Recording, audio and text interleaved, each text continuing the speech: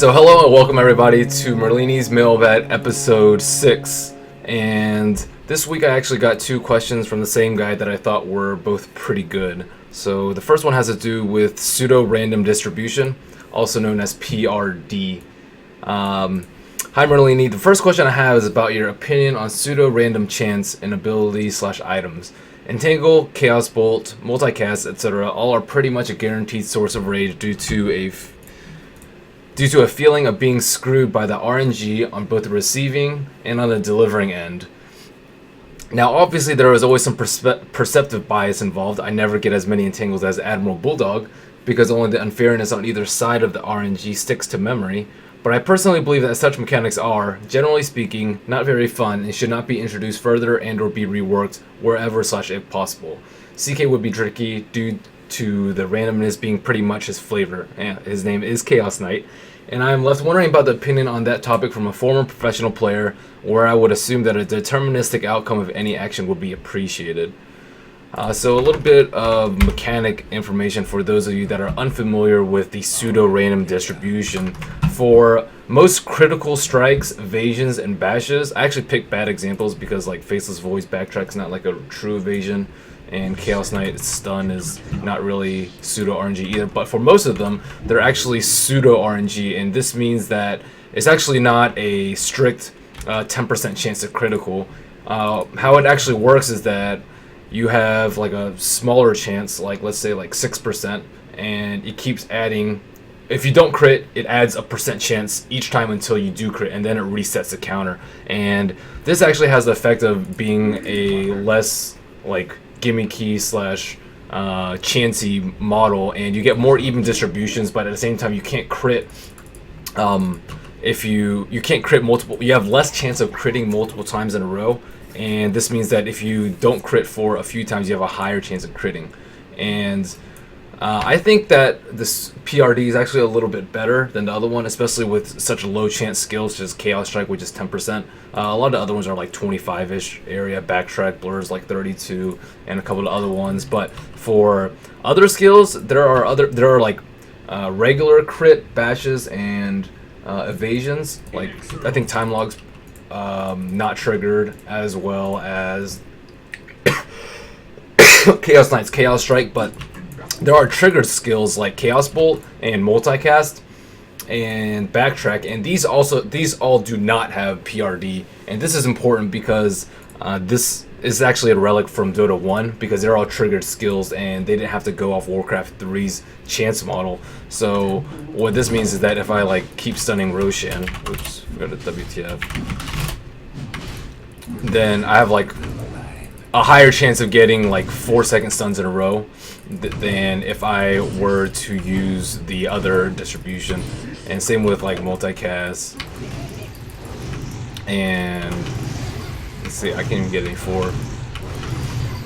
Anyways, and same with bashes and time locks. And this creates like a more fair environment, I think. And there aren't too many like chancy skills in the game. There's a couple that are like quote unquote like overpowered, like Entangle and Chaos Bolt, but for the most part, most of the heroes don't have that much randomness attributed to them. Even the base damage for heroes, it used to be pretty like gimmicky, I guess, and pretty wide range. But if you notice Faceless Voids, the 147 is actually an average, and if you hover over the attack damage, you'll see 144 to 150, which is pretty small range. You only have a variation of 6, and Ogre has pretty small variation too. 135 to 141 is also a variation of 6. Some heroes have more, some heroes have less. Chaos Knight actually has one of the biggest ranges because that is his element after all. So he has 138 to 168. But all of these, it doesn't really make too big of a difference, at least from my experiences of playing many games of Dota 1. Compare this to like a Mace Stun mechanic in WoW. If any of you guys ever played WoW and PvP'd a lot, like the Warrior Mace Stuns was just incredibly broken, and Blizzard actually took that out of the game because it was that broken. Or like they have like a couple percent chance to miss too. Some skills will give you like 2 to 4% chance to miss, and you'd be like, well, I just got like 1 out of 50 chance or 1 out of 25 chance, and sometimes it just costs you the fight. But you don't really have anything that low probability in Dota, although you do have Rune Luck, but Rune Luck's just part of the game, and it's fair for both sides, so it's not too broken. I think I'm pretty fine with the way it is, and I don't think that Ice Frog should introduce that much more, and he hasn't. I mean, there's not too many. Again, there's maybe like 5 or 10 heroes with innate trigger skills like that are RNG based. But if you do have to complain about it, I always just say RNGG'd when I just get owned by complete luck. So on to the next question. I had WTF mode on, so Roshan just like slams constantly. Next question is about pausing. And pause abuse. The other question is about pause and its abuse, especially when that occurs in competitive play. I've long had the feeling that the relatively frequent lag, or uncommented pauses has some degree of less than sportsmanlike conduct behind them, but I didn't think too much of it until I was made aware of this play by Puppy. And he links a MatchID and he talks about it. And after that, do you think that this should remain fair game or not? And if not, should it be dealt with by the tournament organizers or by Valve?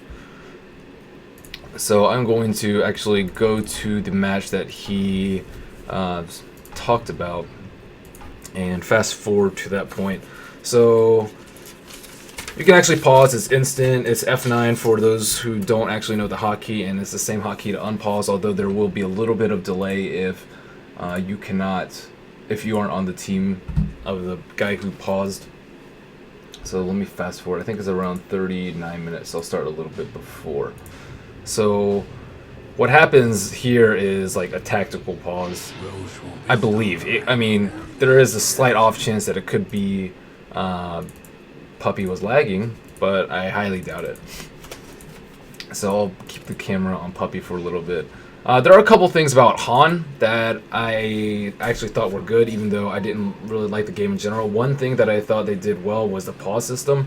When you press pause, I think it counts down like 3, 2, 1, and then pause. So any time you pause, there's like a 3-second delay. So this makes it a little bit more difficult for tactical pauses, as well as tactical buying. And this is actually pretty important in pubs. I've seen it done a couple of times, and it's generally considered very bad manner to do so. So what happens is you're like getting ganked, and then you're getting ganked, and what happens is that, like, let me fast forward to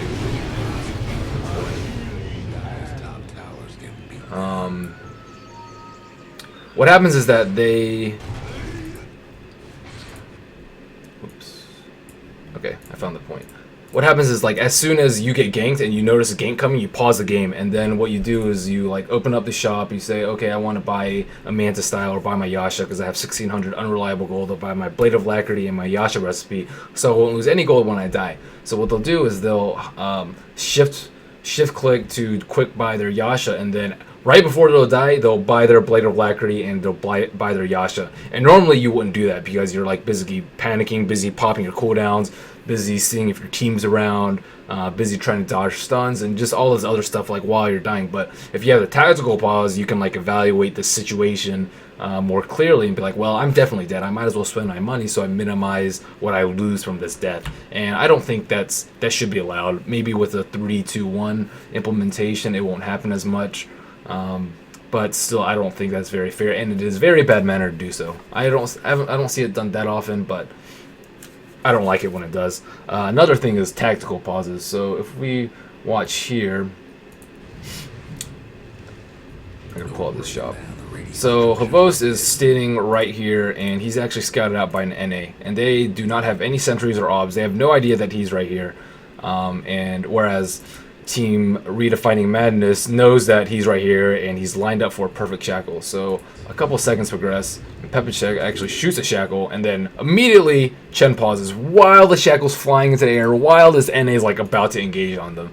So clearly they see this coming. You can see the projectile in the air, and this is probably a tactical pause. Bat's like not even in blink range of any of the important heroes. He can probably get Nyx if he sees him, but they don't have a sentry ward, so he should be able to Vendetta and pop his combo before Bat can react. Chen's pretty far away. His heals on cooldown. He can't really do anything. Light of Heaven's already way back in the base, so it's pretty much just up to Dendi and Avos to not die right now. But Dendi is Panda with a blink with his ult on cooldown, and it's looking very bad for Havos right now. This is a tactical pause, and I definitely do think that, oh shit, there's a shackle, in Russian of course, and they're trying to like plan out what to do right now. And it's not like he has a 4-staff or anything, but like they can like plan this out perfectly, and it's ridiculous what happens after this, because if you just look at it from like before the pause, it definitely looked like, okay, Havos is going to get shackled and then Vendetta, impaled, mana burn. But if you look at what actually happens, spoiler alert, they completely turn his fight around. Which is a little absurd, especially in a competitive game. So I don't know actually how long this pause is, but the clock is ticking down.